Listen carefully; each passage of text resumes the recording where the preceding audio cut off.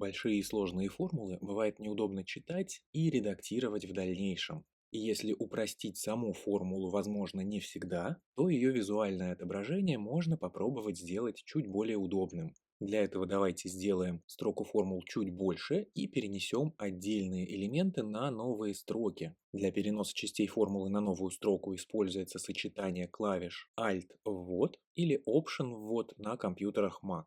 Внесенные нами изменения сохранятся в ячейке, и в дальнейшем мы увидим эту формулу именно в таком виде. Помимо переноса на новую строку, можно также добавить отступ правее. Для этого нужно несколько раз нажать на пробел. Количество пробелов может меняться в зависимости от уровня вложенности формулы.